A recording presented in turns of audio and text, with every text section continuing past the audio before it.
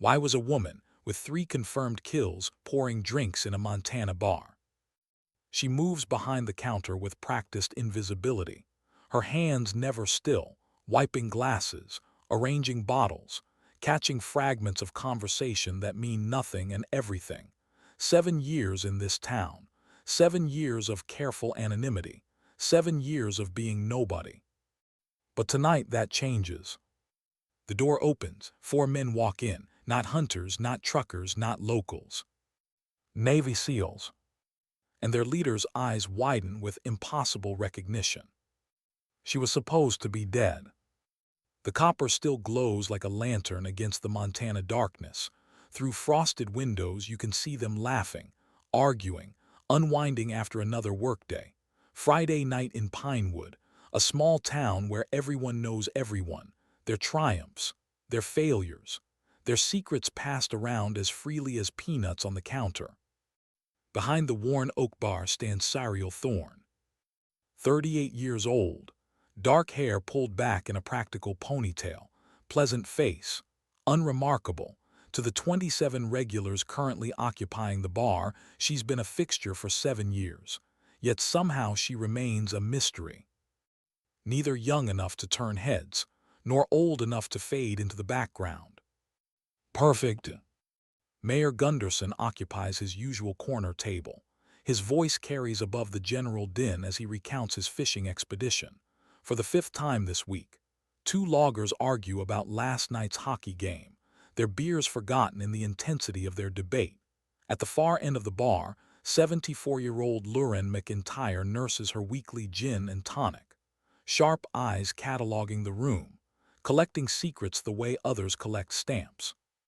Sariel works in silence. She catches fragments, always catching fragments. Hear about that military exercise up at Blackwater Ridge? One of the younger men asks. Yeah, government types all over town the past few days, his friend replies. He accepts a fresh beer from Sariel with a nod, never quite meeting her eyes. Bunch of SEALs staying at the Pinewood Inn from what I heard. Sariel's hands pause, imperceptibly, while wiping a glass, then resume their rhythm. A flicker passes behind her eyes, the only sign that anything registered. She moves down the bar, refilling drinks, collecting empties. Same measured movements she's perfected over 7 years, nothing wasted, nothing showy. Desmond Wayland, the town's self-appointed drunk philosopher, slurs from the end of the bar. Another whiskey, he calls, raising his empty glass. She refills it without engaging, sets it before him, turns to serve another customer. What's your story anyway? Desmond persists, words slightly tangled. 7 years and nobody knows a damn thing about you. Other locals chime in, teasing, good-natured. Yeah, CL, you from witness protection or something, Frank Cooper calls from his table. Maybe she's a Russian spy, his wife Ellen suggests with a laugh. Nah, too boring for that, probably just running from a bad marriage. Sariel deflects with practiced ease. Her smile never reaches her eyes.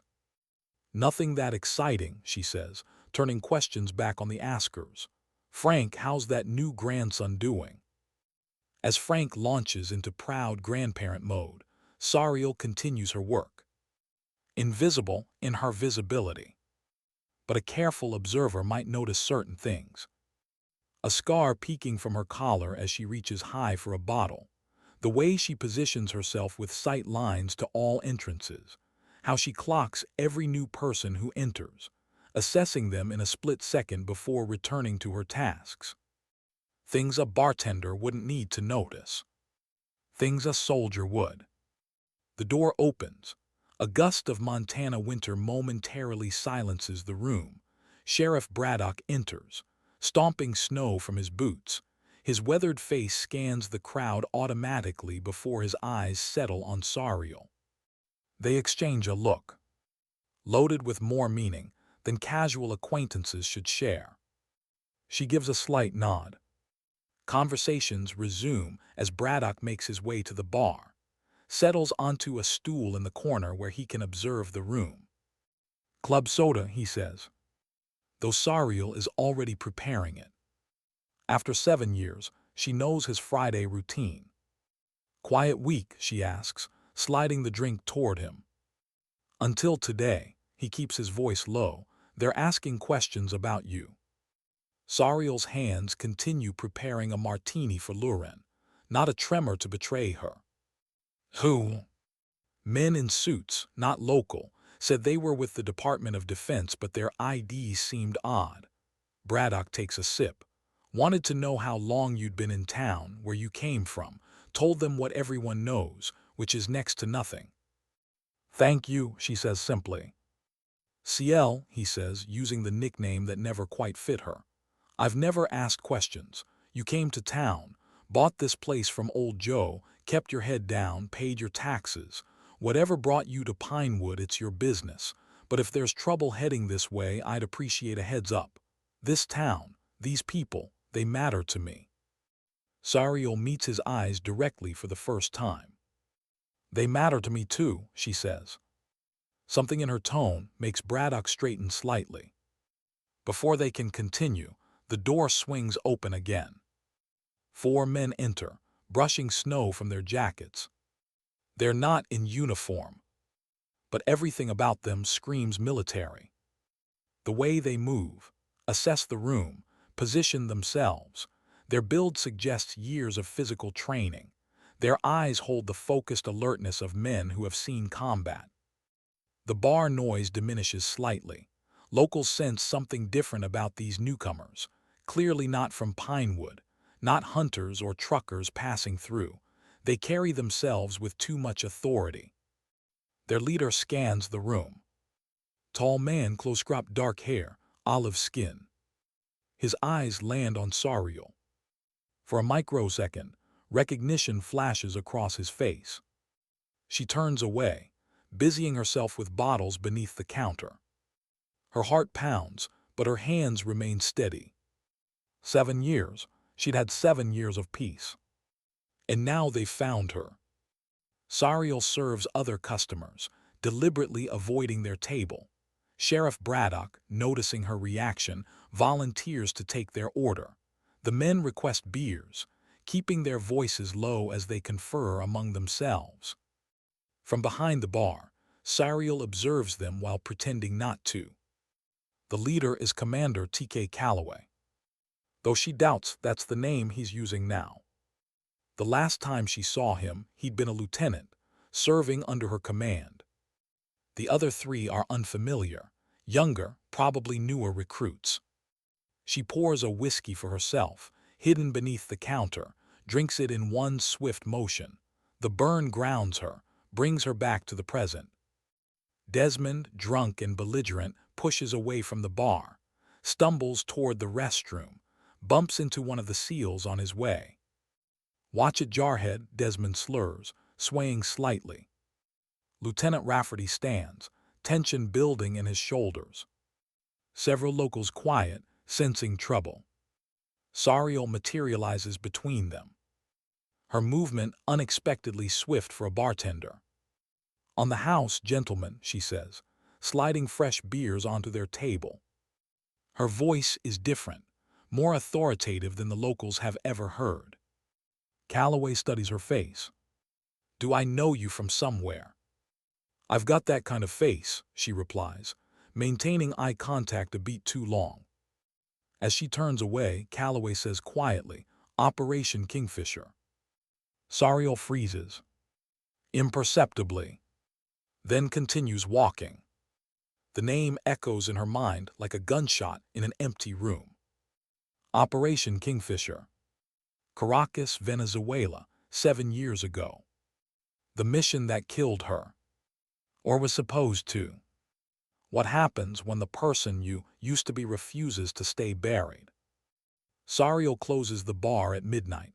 Same routine she's followed for 7 years, wiping surfaces, counting the register, stacking chairs, but tonight her movements are mechanical, her mind elsewhere. In a hotel room in Caracas, blood on white tiles, a choice that ended everything. She locks the front door, steps into the Montana night. Cold air bites her lungs, stars brilliant overhead in the clear sky. Her small house sits at the edge of town, quarter-mile walk she usually enjoys. Tonight she barely notices. Footsteps behind her. She doesn't turn, doesn't quicken her pace. Commander Reed. Calloway's voice cuts through the silence. She stops, doesn't face him. That's not my name anymore. Alexandra Reed, Commander, Naval Intelligence, led the most classified operation in our history. He moves closer. She can feel his presence. You were declared killed in action. Caracas. 7 years ago, there was a funeral, full honors, your name on the memorial wall. I know, she says quietly. So what are you doing serving drinks in Montana? She finally turns, meets his eyes. Surviving. They stand in the snow-covered street. Two soldiers who once fought side by side, now strangers connected only by ghosts. You need to leave, she says. Whatever brought you to Pinewood, it has nothing to do with me. Doesn't it? Calloway's expression hardens. We're investigating Admiral Vance. Corruption, unauthorized operations, money laundering through defense contracts. We have evidence he covered up war crimes, falsified reports, got good people killed to protect his career. Sariel's jaw tightens. Admiral James Vance. The name she's tried to forget. That's your mission, she says. Not mine, not anymore. He's the one who declared you dead, signed the paperwork, gave the eulogy at your funeral. Calloway steps closer. What did you know, Commander? What did you see that made him want you gone? The wind picks up. Snowflakes swirl between them. I can't help you, Sariel says. Can't or won't. Does it matter? Calloway studies her face, searching for the woman he once knew, the commander who led them through impossible situations, who made decisions that saved lives while sacrificing her own soul piece by piece. The woman I served under wouldn't hide, he says. She wouldn't let corrupt officers destroy everything she fought for. The woman you served under is dead. Sariel's voice is ice. She died in Caracas. You attended her funeral, remember? She turns to walk away. I need your testimony, Calloway calls after her. You're the only one who can connect Vance to what happened in Caracas, the illegal operation, the civilian casualties he ordered covered up, the evidence he destroyed. Sariel stops. I have nothing to say. They're planning another operation, similar profile to Kingfisher. Caracas all over again. More civilians will die, more soldiers will take the fall, unless we stop him. She stands frozen, back still turned. Please, Commander, Alexandra, help us finish this. The silence stretches. Finally, she speaks without turning. I told you, that woman is dead, let her rest. She walks away into the darkness. Calloway watches her go, then pulls out his phone. Sir, it's her, confirmed visual, but she's refusing to cooperate. A pause as he listens. Understood, I'll try another approach. He hangs up, looks toward the small house where a single light has just turned on. I'm sorry, Commander, he whispers to the night, but you're not getting a choice this time. The next morning, Sariel doesn't open the bar. For the first time in 7 years, the copper still remains dark. Locals gather outside, confused, concerned. Sheriff Braddock knocks on her door at noon. She doesn't answer. Inside her house, Sariel sits at her kitchen table. In front of her lies a small metal box, locked, untouched for 7 years. She stares at it, remembering what's inside. A thumb drive, hidden in plain sight, her insurance policy, the evidence she collected, the files she copied, the recordings she made. Everything that proves what Admiral Vance did in Caracas. Everything that could destroy him. Everything that would destroy her peaceful existence if she used it. Her hands shake as she reaches for the box, then pulls back. A knock at the door. She doesn't move. Ciel, it's Braddock, open up. She closes her eyes, takes a breath, opens the door. The sheriff stands on her porch, concern etched in his weathered face. "You all right?" "Just tired," she says. "Those men, the SEALs, they're trouble, aren't they?" She doesn't answer.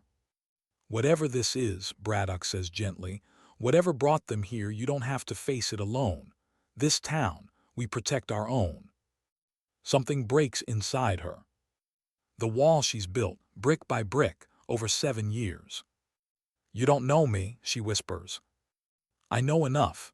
I know you're a good person. I know you've carried something heavy for a long time. I know you came here broken and put yourself back together piece by piece." He meets her eyes. "I don't need to know the details to know you're worth protecting." Tears threaten, she blinks them back. "What if I told you I was a coward? That I ran from my responsibilities? That good people died because I made the wrong choices? Then I'd say welcome to the human race." Braddock's expression softens. "None of us are perfect, CL. We all carry regrets. Question is, what do we do with them?" She looks past him, toward the bar that's been her sanctuary. "I don't know if I can go back to who I was." "Maybe you don't have to. Maybe you can be something new." Could she really walk away from 7 years of peace? Risk everything she'd built? The copper still remains closed, but inside Sariel Thorne's mind a war rages. Present versus past, safety versus justice, the woman she became versus the commander she'd been. That evening Calloway returns. This time he's not alone. Captain Sarah Keller, Naval Criminal Investigative Service, sharp eyes, sharper instincts. They sit in Sariel's living room, uninvited, unwelcome. "We can subpoena you," Keller says bluntly. "Compel your testimony." "I'm dead, remember." Sariel's voice is flat. "Can't subpoena a ghost." "Your death was fraudulent, filed by Admiral Vance to cover up his crimes." Keller leans forward. "That makes you very much alive, and very much subject to military law." Sariel's hands tighten on her coffee mug. "You can't force me to testify against myself." "We're not asking you to." Calloway's tone is gentler. "We're asking you to tell the truth about what happened in Caracas, about the orders Vance gave, the civilians who died, the evidence he destroyed." "And what happens to me?" Sariel asks. "When the truth comes out, when everyone knows Commander Reed is alive?" Silence. Because they both know the answer. Her life here ends. The peace she fought for, the anonymity she earned, the simple existence she built from the ruins of her old life. Gone. "We can offer you protection," Keller says. "Relocation, new identity." "I already have a new identity, and I'm protecting myself just fine." "For how long?" Calloway challenges. "We found you. How long before Vance does, before he sends people who won't just ask questions?" Fear flashes across Sariel's face. She hides it quickly, but not quickly enough.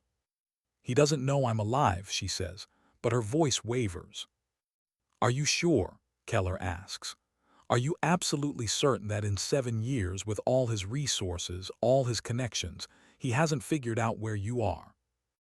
The question hangs in the air, unanswered, because Sariel isn't sure.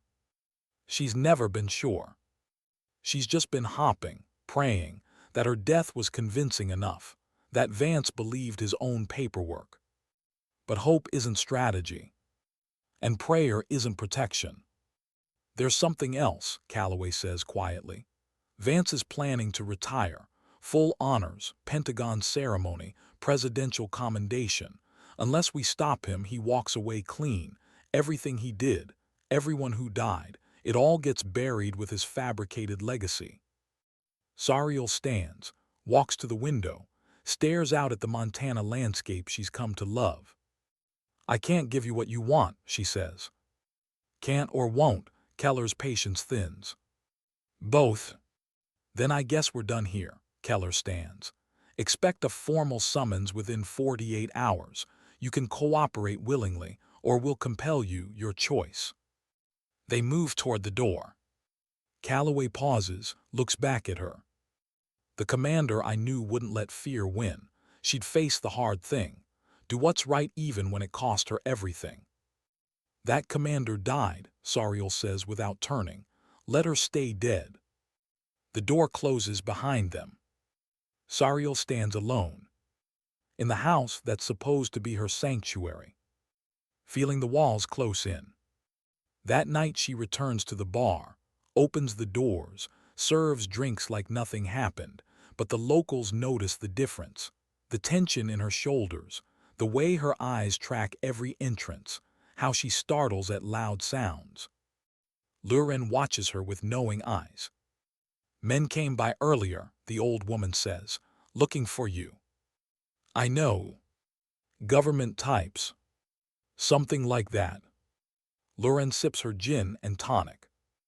My husband served in Korea, came back different, quiet, haunted. He never talked about it, never had to, I understood. Some things you carry alone. Sariel wipes the counter, says nothing. But carrying something alone doesn't make it lighter, Luren continues. Sometimes it just makes you tired. I'm managing.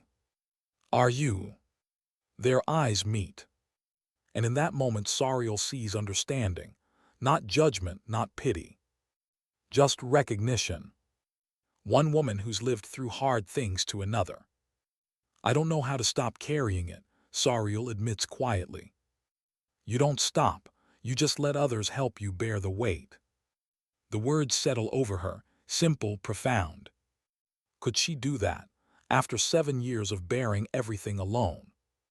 The door opens. Sheriff Braddock enters, followed by Calloway's entire team. Tension crackles through the bar. Locals notice, conversations quiet. The SEALs take a table near the back, professional, purposeful, watching Sariel with intensity that makes her skin prickle. She serves them, says nothing. Calloway tries to make eye contact. She refuses. This goes on for an hour, the silent standoff. Then Desmond, drunk as always, decides to pick a fight. He stumbles toward their table, voice loud, belligerent. We don't need your kind here, he slurs. Military thugs coming into our town, harassing our people. Rafferty stands, muscles tense. Sir, you need to step back. Or what, you gonna shoot me? That's what you guys do, right? Shoot first, ask questions never. The atmosphere shifts, dangerous, volatile. Locals watch nervously. Braddock moves to intervene. But Sariel is faster. She steps between them, voice cold, commanding. Enough. Everyone freezes. Because this isn't the quiet bartender they know. This is someone else. Someone used to being obeyed. Desmond sit down now. He blinks at her, confused by the authority in her tone. But they. I said sit down. He sits. She turns to Rafferty, meets his eyes with unflinching intensity. Stand down, Lieutenant. His eyes widen slightly. Because she shouldn't know his rank. Slowly he sits. The bar remains silent. Everyone staring at Sariel. Seeing her, really seeing her, for the first time. Not just a bartender. Something more. Something dangerous. Sheriff Braddock breaks the silence. CL, maybe we should talk outside. She nods, walks toward the door. The SEALs exchange glances. Calloway stands to follow. Not you, Braddock says firmly, just her and me. Outside, the Montana night wraps around them, stars overhead, snow crunching underfoot. You want to tell me what's really going on? Braddock asks. Sariel takes a deep breath. The weight of 7 years pressing down. Not really. Those men, they're not here by accident. No. And you're not who you say you are. She meets his eyes. No. He waits, patient, giving her space to continue. Or not. My name is Alexandra Reed, she says finally. Commander, Naval intelligence. I was declared killed in action 7 years ago, except I wasn't dead. I was hiding. From someone who wanted me silent. Someone powerful enough to make my death official. Braddock absorbs this. His expression doesn't change. Admiral Vance, he says. She blinks, surprised. How did you? I'm a small-town sheriff, not an idiot. Those NCIS agents who came asking questions weren't subtle. I did some digging, found your service record, found the official report of your death, found inconsistencies that didn't add up. He pauses. Found a decorated commander who disappeared the same week a bartender named Sariel Thorne appeared in Pinewood. Why didn't you say anything? Because you clearly didn't want to be found, and I figured you had good reasons. They stand in silence. Two people who have learned to read between the lines. They want me to testify, she says, against Vance, about what happened in Caracas. And you don't want to. I can't. If I do, everything I've built here disappears. This life, this peace, all of it gone. Maybe, Braddock acknowledges. Or maybe you get something better, something real, where you don't have to hide who you are. You don't understand the things I did, the choices I made if people knew. We all have things we're not proud of, CL, Alexandra, whoever you are. The question isn't whether you've made mistakes, it's whether you're willing to make them right. She looks at him. This small-town sheriff who somehow sees her more clearly than anyone. What if I can't? Then you can't, but at least you tried. His words echo in her mind. At least you tried. When was the last time she tried, really tried? Or had she spent 7 years just surviving? I'm scared, she admits. I know. I don't know if I'm strong enough. I think you're stronger than you realize. She wants to believe him. God, how she wants to believe him. But fear is a powerful thing. And she's been running for so long. What would it mean to finally stand still? To turn and face the thing that's been chasing her? Inside the bar, something shifts, a decision crystallizing, not in her mind yet, but somewhere deeper. Where courage lives alongside fear. Where duty waits patiently for the heart to catch up. I need some time, she says. How much? I don't know. Braddock nods. Those seals aren't going anywhere, and neither is Vance. Take the time you need. But CL, Alexandra, don't take too long. Some decisions get harder the more we delay them. He's right.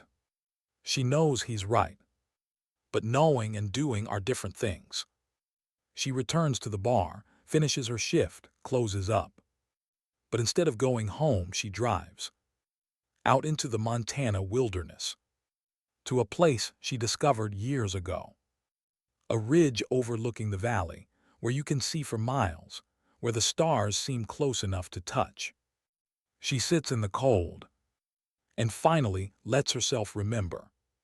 What really happened when the mission went dark and a commander became a ghost. Caracas, 7 years ago. The mission briefing was straightforward. Extract a high-value intelligence asset from Venezuela. In and out, clean, simple. Except nothing about Operation Kingfisher was simple. Commander Alexandra Reed led a team of 8, best of the best. Calloway was her second in command. Young, eager, believed in the mission. They all did. The target was located in a residential district, mixed civilian population, which meant collateral risk, but Admiral Vance assured them the intelligence was solid. The asset was confirmed. No civilians would be in the building. They breached at 300 hours. Silent, professional, by the book. The building was supposed to be empty. It wasn't. Families, children, sleeping in rooms the intelligence said would be clear. Alexandra called for abort. Vance overrode her. Complete the mission, Commander. That's an order. She faced an impossible choice. Follow orders and risk civilian casualties. Or disobey and face court-martial. She chose the third option, modified the mission on the fly, changed the extraction route, added safety protocols, doubled the time to clear civilians. They got the asset out. 0 civilian casualties. Mission success. Except Vance was furious. Because she'd questioned him, disobeyed protocol, made him look uncertain in front of his superiors. 2 days later, intelligence reported the asset was compromised. Everything he provided was fabricated. The entire operation was unnecessary. But by then, 3 Venezuelan officials were dead, killed during the extraction. Deaths based on false intelligence. Deaths that couldn't be undone. Vance needed someone to blame. He chose Alexandra. Accused her of mission deviation, of failing to follow orders, of causing the very casualties she'd prevented. She had evidence proving otherwise. Recordings of the briefings, copies of the falsified intelligence, proof that Vance knew the intel was bad but ordered the mission anyway to advance his career. She confronted him privately, gave him a chance to come clean. His response was swift, brutal. He had her declared killed in action, manufactured evidence of an ambush, held a funeral with full military honors, and sent contractors to ensure his paperwork matched reality. Alexandra escaped. Barely. The kill team found her in a Caracas hotel room.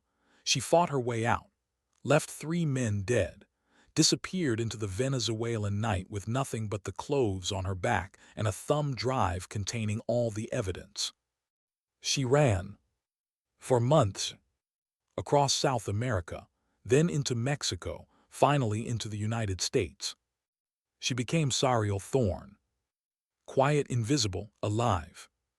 And she buried Commander Reed in an unmarked grave. Or tried to. Sitting on the ridge, Alexandra feels the weight of that choice. She'd survived, but was surviving enough? 3 men died because of Vance's lies. How many more would die if he continued unchecked? The question burns. Not new, she's asked it 1,000 times over 7 years. But tonight the answer feels different. Tonight it feels possible. She pulls out her phone, stares at Calloway's number. Her thumb hovers over the screen. 1 call, that's all it would take. 1 call and Commander Reed comes back from the dead. 1 call and Sariel Thorne disappears. But maybe Braddock was right. Maybe she doesn't have to choose between them. Maybe she can be both. She makes the call. Calloway answers on the first ring. Commander. I'll testify, she says, but I have conditions. Name them. The evidence I have, it's comprehensive. Recordings, documents, communications, everything Vance did, but it's my insurance policy. Once I hand it over, I'm vulnerable. We'll protect you. I don't want protection, I want immunity, full, comprehensive, for everything I did during Kingfisher and after, the men I killed, the orders I disobeyed, all of it. Silence. She can hear him thinking. Weighing. That's not my call, he says finally. Then find someone whose call it is.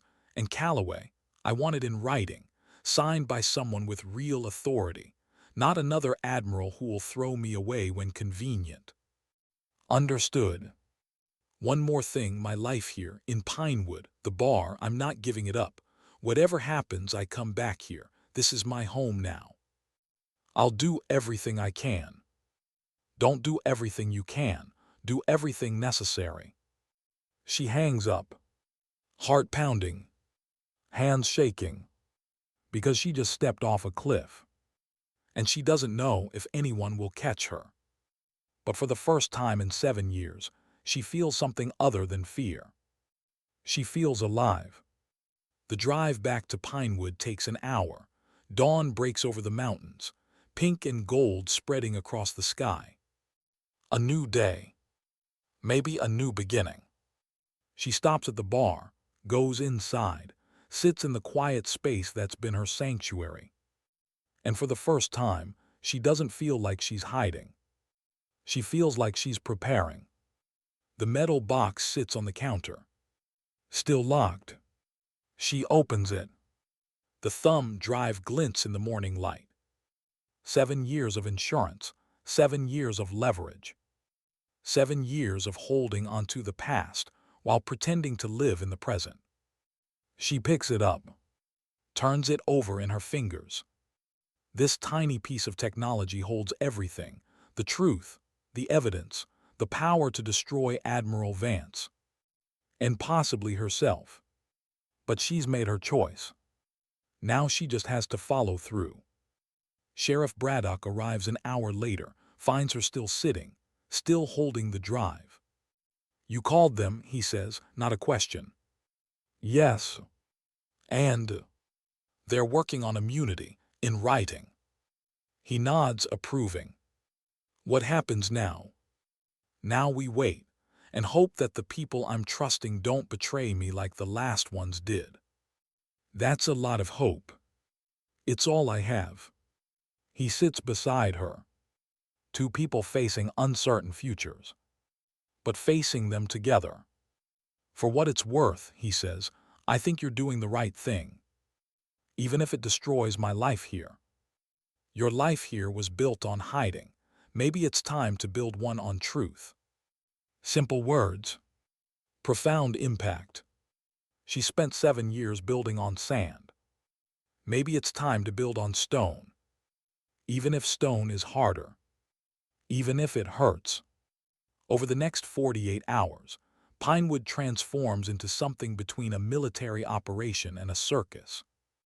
NCIS agents arrive, naval attorneys, JAG officers with briefcases and serious expressions. The locals watch with growing confusion and concern. Their quiet bartender at the center of something big. Something classified. Something that brings men in suits and women with security clearances to their small town. Mayor Gunderson demands answers. Alexandra gives him truth. "Not all of it, but enough. I served in the Navy. I witnessed corruption. I'm testifying about it. That's all I can say." "Will you be safe?" The question catches her off guard. Because it's not about the town's reputation or potential trouble. It's about her. "I don't know," she admits. "Then we'll make sure you are. This is Pinewood. We take care of our own." The words break something inside her. 7 years of being alone. And suddenly she's not. The formal testimony happens in a secure facility 3 hours from Pinewood. Alexandra sits across from a panel of investigators, attorneys, officers whose careers depend on what she says. Captain Keller leads the questioning. Calloway sits in the corner, silent, supportive. "Commander Reed, please state your full name and rank for the record." Alexandra Marie Reed, Commander, Naval Intelligence, Service Number 380-754-9821. "You were declared killed in action 7 years ago. Can you explain the circumstances?" And she does. Every detail. Every decision. Every moment that led from Commander Reed to Sariel Thorne. She tells them about the falsified intelligence, the unnecessary mission, the 3 Venezuelan officials who died for nothing. She tells them about confronting Vance, about his threats, about the kill team he sent. She tells them about running, hiding, surviving. And finally, she hands over the thumb drive. Her insurance policy. Her leverage. Her last protection. Gone. They plug it in, start reviewing the contents. And their expressions change. From skepticism to shock to grim determination. Because it's all there. Everything she claimed. Everything Vance denied. Everything he tried to bury. "This is comprehensive," Keller says quietly. "I was trained to be thorough. This ends his career, possibly puts him in prison. Good. You understand this makes you a target. Vance has allies, people who benefit from his silence. They won't let this go public without a fight. I understand. And you're still willing to testify. Alexandra meets her eyes. I spent 7 years running. I'm done. The words ring with finality, with decision, with courage that's been building for 7 years. Keller nods. Then let's bring him down. The investigation moves fast. Vance is suspended pending inquiry. His allies scramble. His supporters distance themselves. Media catches wind. Not the full story, but enough. Decorated admiral under investigation for corruption. Unauthorized operations. Cover-ups. The narrative builds. And at the center stands Commander Alexandra Reed. Alive. Angry. Unbroken. The formal hearing happens in Washington. Alexandra flies in under security escort, wears her dress uniform for the first time in 7 years. It still fits. Almost. She's changed, softer in some ways, harder in others. But still a commander. Still a sailor. Still someone who believes in honor. Admiral Vance sits across the room, his lawyers flanking him, his expression cold, calculating. He doesn't look at her. Can't. Because looking at her means acknowledging his failure. She didn't die. She survived. And now she's destroying him. The questioning is brutal.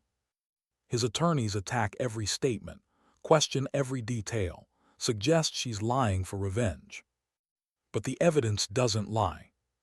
The recordings speak for themselves. The documents tell their story.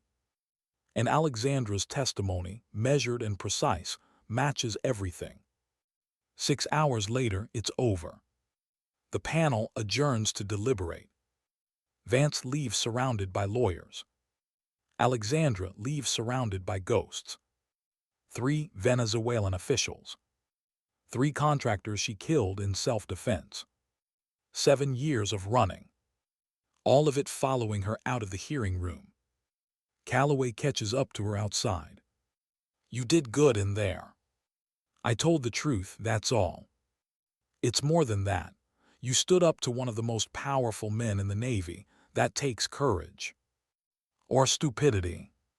He smiles. Maybe both. They stand in silence. 2 soldiers who have seen too much. Done too much. Survived when they shouldn't have. What now, she asks. Now we wait for the verdict. Could be days, could be weeks. And then?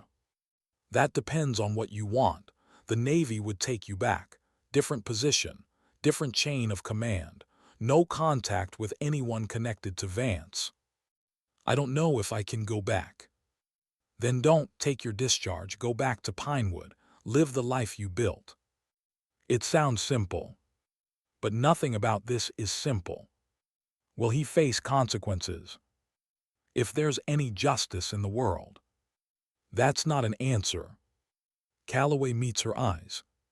Yes, he will. What you provided, what you testified, it's enough. He's done. She nods. Allows herself to feel it.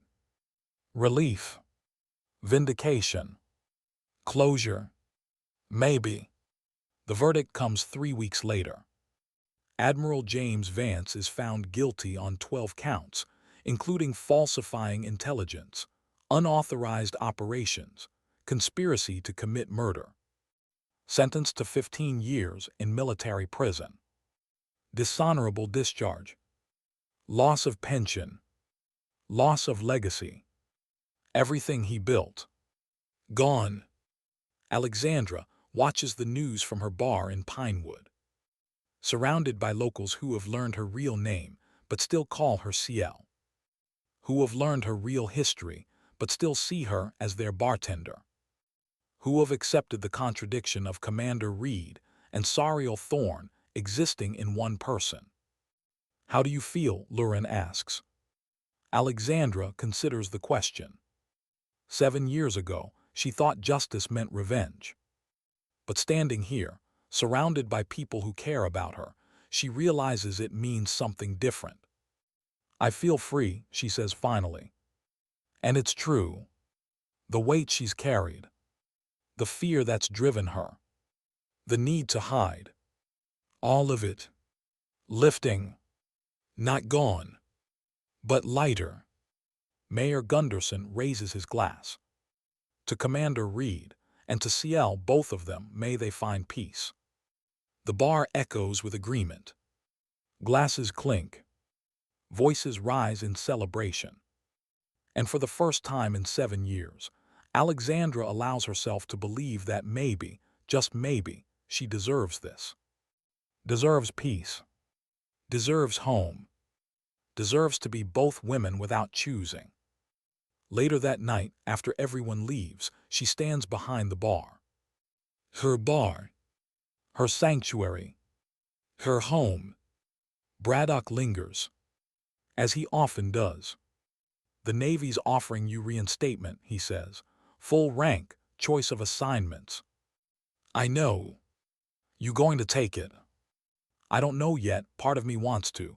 Part of me just wants to stay here, pour drinks, listen to fishing stories, live simply. Both are valid choices.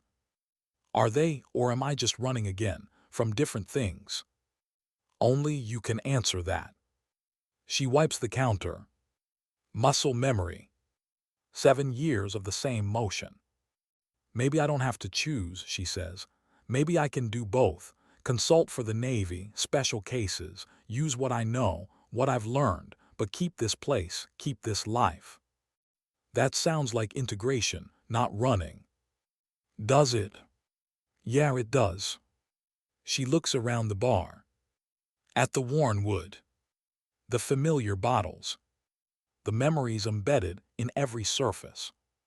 This place saved her. Gave her time to heal. Space to become someone new. Someone whole. I'm keeping the bar, she decides. Whatever else happens, I'm keeping this. Good, Braddock says. We'd miss you if you left. You mean you'd miss having someone to talk to who doesn't judge your club soda habit? That too. They share a smile. Comfortable. Easy. The kind that comes from knowing someone. Really knowing them. Not just their surface, but their depths. Outside, Montana night settles over Pinewood. Inside, Alexandra Reed, also known as Sariel Thorne, also known as CL, locks up her bar. Her sanctuary. Her home. She walks the familiar street toward her small house. But tonight her steps are lighter. The ghosts still follow. They always will. But they no longer define her. She is more than her past. More than her mistakes. More than the trauma she survived. She is a woman who faced impossible choices and lived with the consequences. Who ran until she found a reason to stand. Who hid until she found the courage to be seen. And now finally she is whole. Not perfect. Not unmarred. But whole. The following week, the Copper still reopens with a celebration. Locals bring food, share stories, welcome their bartender back. Because she's theirs. Has been for 7 years. Will be for years to come. Commander Alexandra Reed attends the party. In jeans and a simple shirt. Hair loose around her shoulders. No uniform needed. No rank required. Just a woman. In her community. Among her people. Calloway and his team stop by. Out of uniform. Off duty. They raise glasses to the commander who saved their careers by saving her own life. To invisible women, Calloway toasts, may they be seen when they choose. Alexandra raises her glass. And may they choose wisely. They drink. And in that moment, surrounded by soldiers and civilians, strangers and friends, past and present, Alexandra understands something fundamental. Dignity doesn't require recognition. Strength doesn't require witnesses. Courage doesn't require applause. Sometimes the bravest thing you can do is survive. And then when you're ready, thrive. She pours another round, tells a joke, listens to Mayor Gunderson's latest fishing story, lives her life. Both lives. Commander and bartender. Soldier and civilian. Alexandra and CL. All of her. Finally. Completely. Whole. And as the night winds down, as voices soften and glasses empty, as the familiar rhythm of closing time approaches, she catches Sheriff Braddock watching her with that thoughtful expression. "What?" she asks. "Just thinking about invisible people," he says.